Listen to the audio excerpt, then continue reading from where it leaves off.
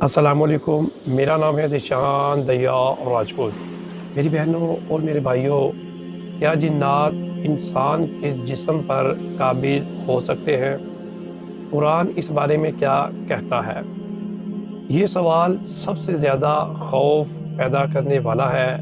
اکثر لوگوں کو اسی ایک بات سے ڈرایا جاتا ہے کہ جن انسان کے جسم میں داخل ہو جاتا ہے۔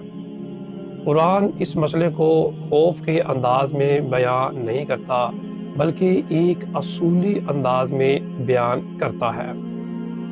سورہ نحل آیت نمبر 99، اِنَّهُ لَيْسَ سُلْطَانٌ عَلَى الَّذِينَ آمَنُوا وَعَلَى رَبِّهِمْ يَتَوَكَّلُونَ، یقیناً اس شیطان کا ان لوگوں پر کوئی اختیار نہیں جو ایمان رکھتے ہیں اور اپنے رب پر بھروسہ رکھتے ہیں۔ قرآن یہاں انسانی جسم پر مکمل قبضے کی بات نہیں کرتا، بلکہ اختیار اور زور کی بات کرتا ہے۔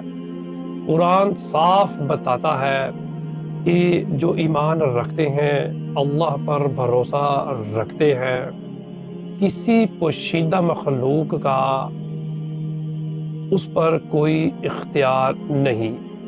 جب اختیار ہی نہیں تو پھر قبضے کا تصور کہاں سے آ گیا؟ اللہ آپ کا حامی و ناصر ہو۔ السلام علیکم۔